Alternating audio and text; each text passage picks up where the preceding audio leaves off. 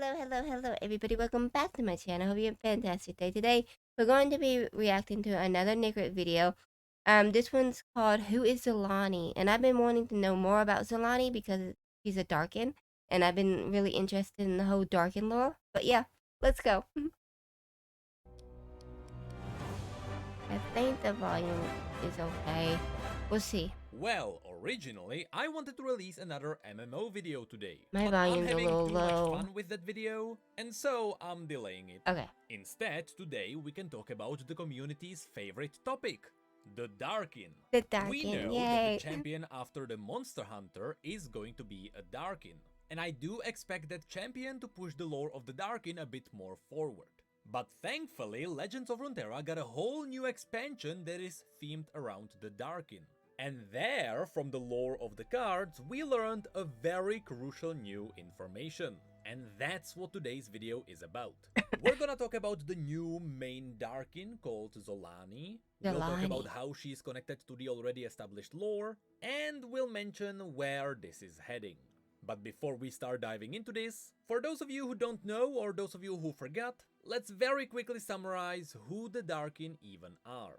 Simply said, when the Shuriman Empire rose to power, they started using the Sun Disk to reflect celestial magic into their soldiers, and by doing that they would turn them into the Ascended, also known as the Golden God Warriors. The Ascended were loyal to the Shuriman Emperor, but after they were sent to war with Icathia, where they had to fight the mind-bending creatures of the Void, their mentality started breaking a bit. Unfortunately, that was followed by Xerath betraying Azir, killing him and essentially destroying the Those are the best empire. friends, right? This left the Ascended Not the best. That was the story of when a slave and his friend, and the friend becomes king. He was gonna like end slavery, but he didn't know that, and he kills him right when he was about to announce it. Right? I'm pretty sure that's. I'm not good with names, but I'm pretty sure that was their name. Without a leader. And since they were already going a little bit crazy, they all started turning against each other. On top of all of this, the Darkin started using blood magic to improve their own bodies, so that they would be stronger than the other ones. This really broke their minds, and this is how the Darkin Wars were started, where the Darkin spread all around Runeterra, and they simply started fighting for dominance. Later, in the Twilight of the God story, it was revealed that the Celestials realized that the Darkin were a threat to the mortal world, and so the aspect of Twilight came down, and using the Chalikar, which is Sivir's original blade, she absorbed the Darkin inside that weapon. Unfortunately, she didn't absorb all of them, and so all the Darkin that managed to run away had to be sealed separately inside special weapons. So only those who were not absorbed by the aspect of Twilight were turned into the Darkin weapons. Now, throughout this entire story, there was always a mystery. We never knew what was happening with the blood magic. We didn't even know where it came from. And that changes today, because that is exactly what the new Darkin Xolaani reveals. As a fun fact, Xolaani was first mentioned in the Faceless God story. We can even see her in the story's art. This statue is a massive piece that is carved into a mountain. And in the latest cinematic, you can actually see Talia destroy that statue to bury a void rift. Anyway, the point of the Faceless God story is that some people delved underneath that place to figure out what this legendary Xolaani looked like. Apparently, the face of that statue was destroyed by the most cruel of the Darkin, which would either be Rast or Aatrox. We are still not sure. But also, in that story, we learned that Xolaani was a healer. And that is gonna be crucial for today. But super quickly, with the base story laid out, let me blitz through the other 4 Darkin revealed in these cards. Oh, wait. Darkin? Isn't that Aatrox, Rast, Aatrox and Rast, Zolani, various, maybe? First of all, there is the Darkin Ballista. The description of this card tells us that this is a massive Darkin weapon that was discovered underneath the territory of Noxus. And we can see that after people pulled it up, this Darkin weapon The actually chicken. came alive. Yeah. And it is revealed that this ballista is actually Naganeka of Zoreta. Naganeka. Those of you who have a great memory may remember Naganeka from the Twilight of the God story. She was one of the Darkin who were present when the aspect of Twilight started devouring all the Darkin, and she is one of those who managed to escape. Her description says, "Ancient muscles flexed once more. The warrior heard her general's call and knew where she was needed, south, in the lands she once known as Icathia." Unfortunately, we are not sure who is that general. We know that a lot of the Ascended host was led by Nasus, but I'm not sure if Nasus would be the one calling all the Darkin towards Icathia. In fact, I don't know why anyone would be calling the Darkin towards Icathia. To fight the Voidborn? Maybe, but the Darkin are crazy, so they wouldn't really care about that. This is just a blind theory, but this might be teasing another Darkin to come in the future. And that would be Setaka. Setaka was an Ascended warrior who actually led the other Ascended. She was a general, so it would make sense if it was her. But she did die after she was consumed by the Void Beasts. So who knows, maybe Setaka comes back in the future with a voidy form. That'd be Maybe cool. she would be luring them all to get devoured in Icathia. But that's just a blind theory. Anyway, did you notice how she looks a little bit like a chicken? Even though in the Twilight of the Gods story she was described as a serpent-like Darkin? Well, the theory goes that since the ballista was found near a farm, a chicken happened to touch the ballista, which was followed by Naganeka taking over its body. The other new Darkin comes from the Darkin Halberd. Straining against the confines of his cell, Tarosh heard his general's call. He would answer it, one way or another. Legend says Tarosh was mere moments from I've seen his destroying pictures. Zolani, when the Darkin were set upon by the Targonians. I don't really know much As about him. centuries passed, he sensed the land around him become corrupted, tainted with rot and perpetual stench of death. How he dreamt of steeping Xolaani in the same suffering once he had claimed his freedom. So yes, Tarosh is another Darkin. Yes, he did get the memo, but also you can see that he didn't really like Xolaani. And you can see that he is referencing blood magic by mentioning that the land around him became corrupted, tainted with rot and perpetual stench of death. And this then takes us to the Darkin Lodestone. Perhaps those who imprisoned the Darkin thought that burying the legendary Never heard warrior it. Like, Horazi I don't know who within an Lodestone is orb either. of star metal would sufficiently dim her irascible will. But as her general stirred, so too did Horazi, who found that even Targon's ascended protectors could be tempted by promises whispered from afar. Once again, you can see that her general stirred. So either they are all actually pointing towards Zolani, or Setaka is actually somehow alive. And then we actually get to see Horazi herself. Horazi was gifted a high perspective in the burning celestial matter that imprisoned her. She glimpsed the secrets of the cosmos, and the infinite passage of time that preceded and followed her existence. She learned so much, and yet her hatred towards the coward Zolani remained. Again, you can see that everyone hates Zolani. Yeah. So let's learn about why that is. It all starts with Kayn.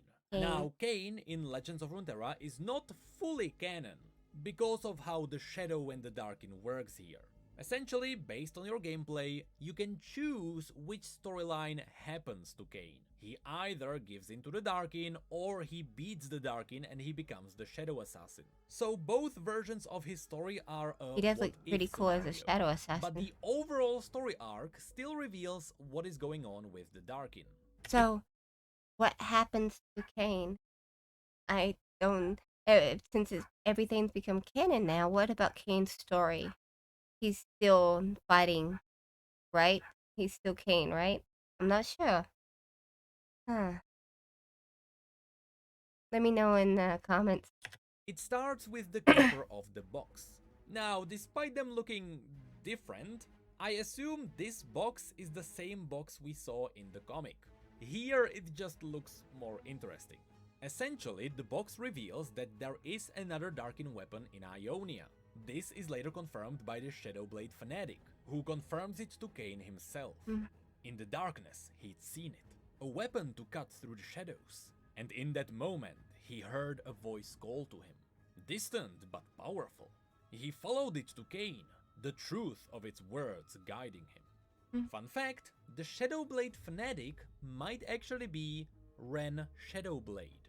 The two look exactly the same, except the Shadowblade fanatic just fully gave in to the shadows. Anyway, following these leads, Kayn arrives at the Wuju Blade Masters. In Master Yi's cards, you can see that Master Yi is trying to pass the Wuju onto other people. And one of them is Yun, the prodigy. And she is the key to the storyline.